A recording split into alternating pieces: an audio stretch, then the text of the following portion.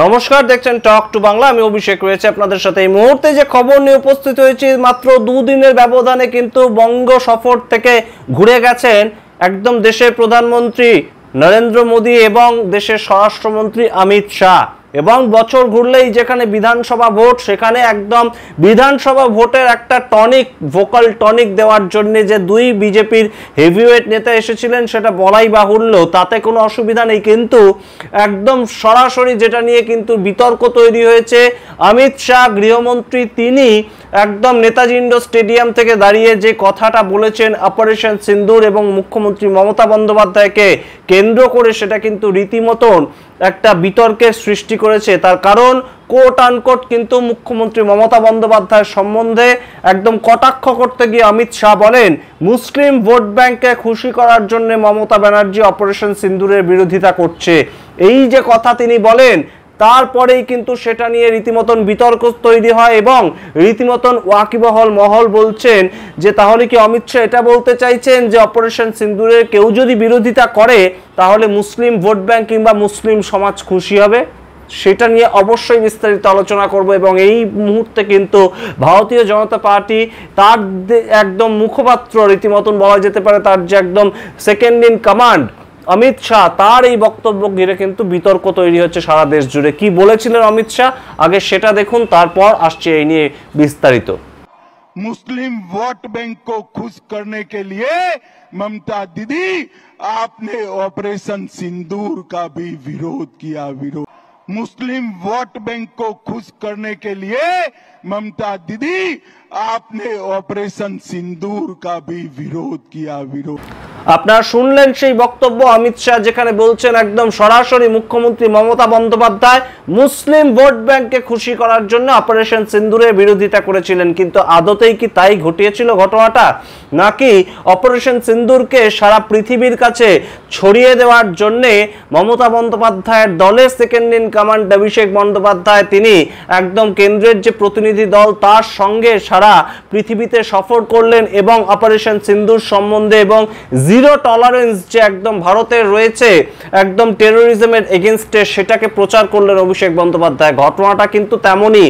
এবং এই মুহূর্তে অমিত শাহ দেশের গৃহমন্ত্রী তিনি যে কথাটা বললেন, মুখ্যমন্ত্রী মমতা বন্দ্যোপাধ্যায় নাকি অপারেশন সিন্দুরের বিরোধিতা করেছেন, সেটা নিয়ে কিন্তু একদম চরম বিতর্ক তৈরি হয়েছে। তার কারণ মুখ্যমন্ত্রী মমতা বন্দ্যোপাধ্যায় কিন্তু অপারেশন সিন্দুরের বিরোধিতা কখনোই করেননি, বরঞ্চ একদম তৃণমূল কংগ্রেসের সাংসদ একদম সৌগত রায় এই অপারেশন সিন্দুরকে কেন্দ্র করে একটি বিতর্কিত মন্তব্য করেছিলেন। সেটা পর্যন্ত যে দল এন্ডোর্স করে না সেটা তারা কিন্তু জানিয়ে দিয়েছিল। এবং তাছাড়াও একদম মুখ্যমন্ত্রী মমতা বন্দ্যোপাধ্যায় যদি কিছু বিরোধিতা করে থাকেন, সেটা কিন্তু এই যে সিঁদুর বাটো, এই যে একটা কর্মসূচি বিজেপি গ্রহণ করেছিল, যে সিন্দুর বাটো, এই কর্মসূচিটার কিন্তু একদম বিরোধিতা করেছিলেন মুখ্যমন্ত্রী মমতা বন্দ্যোপাধ্যায়। সুতরাং সামগ্রিক ঘটনাটা কিন্তু ঘটেছিল যে সিঁদুর বাটো কর্মসূচির যেখানে একদম প্রতিবাদ করেছিলেন, নিন্দা করেছিলেন মুখ্যমন্ত্রী মমতা বন্দ্যোপাধ্যায়, সেখানে সেটাকে কিন্তু কোনোভাবেই একটা মিস ইন্টারপ্রেট করলেন অমিত শাহ এবং তিনি বললেন যে মুখ্যমন্ত্রী মমতা বন্দ্যোপাধ্যায় নাকি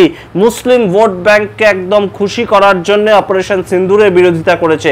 এটা কিন্তু সর্বৈব এই মুহূর্তে এই ঘটনার পরিপ্রেক্ষিতে দাঁড়িয়ে একটা সঠিক নয়, এরকমই একটা বক্তব্য কিন্তু মনে করছে ওয়াকিবহল মহল এবং সেটা নিয়েই কিন্তু বিতর্ক সৃষ্টি হয়েছে। তার কারণ আপনারা জানেন, কয়েকদিন আগেই কিন্তু একদম বিজয় শাহ, মধ্যপ্রদেশের বিধায়ক, যিনি 8 বারের বিধায়ক, তিনি বর্তমানে মধ্যপ্রদেশের শুধু বিধায়ক নন, মন্ত্রীও, তিনি কিন্তু একদম সরাসরি সাফিয়া কুরেশি, যিনি কিন্তু এই অপারেশন সিন্দুরের অন্যতম একজন কাণ্ডারি ছিলেন, সাফিয়া কুরেশি, কর্নেল সাফিয়া কুরেশি, তাকে সন্ত্রাসবাদীদের বোন বলে একদম বলেছিলেন। এবং সেটা নিয়ে কিন্তু এখন কেসও চলছে সুপ্রিম কোর্টে এবং মধ্যপ্রদেশে হাইকোর্টে।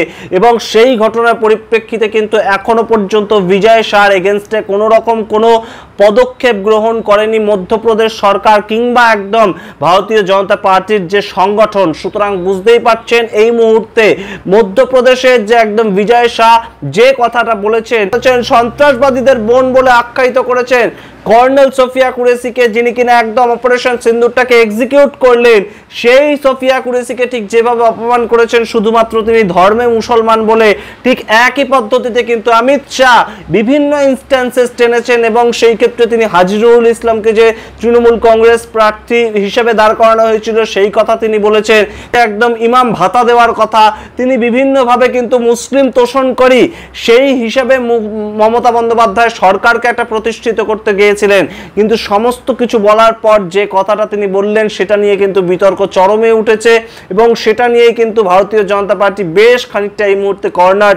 তার কারণ ওয়াকিবহাল মহল কিন্তু মনে করছে যে ভারতীয় জনতা পার্টির মধ্যেও এমন কিছু সমর্থক থাকতেই পারেন, সংগঠক থাকতেই পারেন যারা ধর্মে মুসলিম, কিন্তু মুখ্যমন্ত্রী মমতা বন্দ্যোপাধ্যায়ের যে তৃণমূল কংগ্রেস সরকার সেটার বিরোধিতা করতে গিয়ে হয়তো তারা ভারতীয় জনতা পার্টি করছিলেন, তাদের ভাবাবেগে কিন্তু অবশ্যই আঘাত করলো এই বক্তব্য, যেখানে তিনি বলছেন যে মুসলিম ভোট ব্যাংককে খুশি করার জন্য মুখ্যমন্ত্রী মমতা বন্দ্যোপাধ্যায় অপারেশন সিন্দুরের বিরোধিতা করেছিলেন। কিন্তু আসলেই কি ঘটনা তাই? তা কিন্তু নয়, এমনই কিন্তু মনে করছেন দেশের ওয়াকিবহাল মহল, এবং যেটা নিয়ে কিন্তু একদম সরাসরি বিদ্ধে ছাড়ছেন না কংগ্রেস থেকে তৃণমূল কংগ্রেস কেউই ভারতীয় জনতা পার্টিকে, এবং কংগ্রেসের একজন অত্যন্ত গুরুত্বপূর্ণ নেত্রী তিনি কিন্তু সরাসরি বলছেন যে ভারতীয় জনতা পার্টিকে তাহলে কোনোভাবে তাদের সংগঠনের মধ্যে যে সমস্ত মুসলিম প্রতিনিধিরা আছে তাদেরকে ডিমিন করতে চাইছে, কিংবা যে সমস্ত সংখ্যালঘু সম্প্রদায় ভারতীয় জনতা পার্টিকে ভোট দিচ্ছে তাদেরকে ডিমিন করতে চাইছে। এই সমস্ত কথার মাধ্যমে এই কথা কিন্তু এই মুহূর্তে উঠতে বাধ্য। তার কারণ এই মুহূর্তে ভারতবর্ষে বিভিন্ন স্টেটে কিন্তু ভারতীয় জনতা পার্টি তাদের সরকার যেন তেন প্রকারে তৈরি করতে পারলেও পশ্চিমবঙ্গ এবং অন্যান্য বেশ কিছু স্টেটে কিন্তু তামিলনাড়ু, কেরালার মতন বেশ কিছু স্টেটে তারা কিন্তু দাঁত ফোটাতে পারছে না। 2021 সালেও আমরা কিন্তু দেখেছিলাম অমিত শাহ এসে বলে গিয়েছিলেন যে ইস বার 200 পার, সেটা কিন্তু হয়নি, বরঞ্চ 77টাতেই থামতে হয়েছিল বিজেপির বিজয় রাত, এবং তারপর থেকে কিন্তু আরো ডিটোরিয়েট করেছে ফলাফল 2024-এর যে লোকসভা নির্বাচন সেই ক্ষেত্রে আমরা দেখতে পেয়েছি। এবং এই মুহূর্তে এখনো পর্যন্ত ভারতীয় জনতা পার্টির যে রকম স্ট্র্যাটেজিতে চলছে 2025-এর এই জুন মাস পর্যন্ত, তেমনও কিন্তু দেখা যাচ্ছে না যে ভারতীয় জনতা পার্টি একদম প্রচন্ড একটা ভালো ফলাফল করতে চলেছে 2026-এর নির্বাচনকে কেন্দ্র করে। এবং সেই জায়গায় তাদের যে মুসলিম বিরোধিতা, যেটা বারংবার আমরা কিন্তু শুভেন্দু অধিকারীর মুখে শুনতে পাই যে মুসলিম ভোট কোনোভাবেই তারা গ্রাহ্য করছেন না, শুধুমাত্র হিন্দু ভোটের উপর ফোকাস করতে চাইছেন, এবং হিন্দু মুসলিম এই যে একটা বাইনারি সৃষ্টি করে কিন্তু ভোটটাকে লড়তে চাইছেন। কিন্তু পশ্চিমবঙ্গের মাটিতে সেটা কতটা সম্ভব এই মুহূর্তে কিন্তু এই প্রশ্ন আরো একবার উঠছে। তার কারণ ইতিমধ্যেই কিন্তু ভারতীয় জনতা পার্টির বিভিন্ন কর্মসূচিগুলোকে আমরা যখন দেখি তখন কিন্তু অবশ্যই তার মধ্যে বিতর্কের মুখে পড়তে হয় ঝন্টু আলী শেখ, যিনি দেশের হয়ে প্রাণ দিলেন অপারেশন সিন্দুরের পরে।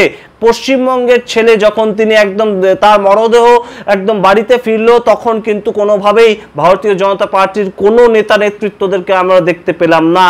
তখন কিন্তু প্রশ্ন উঠেছিল যে ঝন্টু আলী শেখ ধর্মে মুসলিম বলে কিংবা মুসলিম ভোট ভারতীয় জনতা পার্টি পাবে না বলেই কি তাদের এই একদম স্ট্যান্ড পয়েন্ট? সেই প্রশ্ন ওঠার ঠিক কয়েকদিনের মাথায় গৃহমন্ত্রী অমিত শাহ যখন বলছেন যে অপারেশন সিন্দুরের একদম বিরোধিতা করেছিলেন মমতা বন্দ্যোপাধ্যায়, সেটা কি কোথাও গিয়ে একটা সঠিক ভাষণ করলেন তিনি, এবং মুসলিম সমাজ কি ভারতীয় জনতা পার্টির যে ভোট বাক্সটাকে দিয়েছিল তাদের পক্ষ থেকে সেটা কি আরো দূরে সরে গেল না? ভারতীয় জনতা পার্টি ঠিক যেভাবে চলছে, যে স্ট্র্যাটেজিতে চলছে, মুসলিম ভোটটাকে কি তারা আরো দূরে সরিয়ে দিচ্ছে না? এবং মমতা বিরোধী যে মুসলিম সম্প্রদায়ের ভোট, যেটা ভারতীয় জনতা পার্টি হয়তো ক্যাপচার করতে পারতো এই ধরনের মন্তব্যগুলো না করলে, সেটা কি তারা কোনোভাবে আরো দূরে ঠেলে দিচ্ছে না? এই প্রশ্ন কিন্তু উঠতে বাধ্য। এবং তার সঙ্গে সাংগঠনিক যে দুর্বলতা সেটা নিয়েই বা ভারতীয় জনতা পার্টি কতটা তৎপর সেই প্রশ্ন উঠছে। তার কারণ দিলীপ ঘোষ, যিনি কিনা প্রাক্তন রাজ্য সভাপতি, সবচেয়ে সফলতম রাজ্য সভাপতি পশ্চিমবঙ্গের মাটিতে বিজেপির হয়ে, তাকে না মোদির সভায় না শাহের সভায় কিন্তু ডাকা হলো, এবং দিলীপ ঘোষ শহরে থাকলেন, জামাই ষষ্ঠী খেতে গেলেন, কিন্তু দিলীপ ঘোষ কিন্তু যেতে পারলেন না অমিত শাহ গৃহমন্ত্রীর সভায়। কেন এই ঘটনা ঘটছে? বারংবার সাংগঠনিক দুর্বলতাটাকে ঢাকতে মুসলিম বিরোধিতা সেটা কি সামনে চলে আসছে? এবং এই প্রশ্ন কিন্তু এখন বিরোধীরা তুলছে, এবং ভারতীয় জনতা পার্টি কিন্তু অবশ্যই 2026-এ যে ভোটে নির্বাচনে জেতার দিকে এগিয়ে যাওয়ার জায়গায় তারা কিন্তু বেশ খানিকটা ব্যাকফুটে রয়েছে। শুধুমাত্র শুভেন্দু অধিকারীর যে মুসলিম বিরোধিতা স্ট্র্যাটেজি সেটা কি কাজ করবে পশ্চিমবঙ্গের মাটিতে, এই প্রশ্ন আরও একবার উঠলো কিন্তু অমিত শাহের করা এই বক্তব্যের মাধ্যমে। আপনারা কি মনে করছেন? আপনাদের মতামত অবশ্যই কমেন্ট বক্সে কমেন্ট করে জানান এবং অবশ্যই টক টু বাংলার প্রত্যেকটি ভিডিও লাইক কমেন্ট শেয়ার করে চ্যানেলটিকে সাবস্ক্রাইব করতে ভুলবেন না। ধন্যবাদ।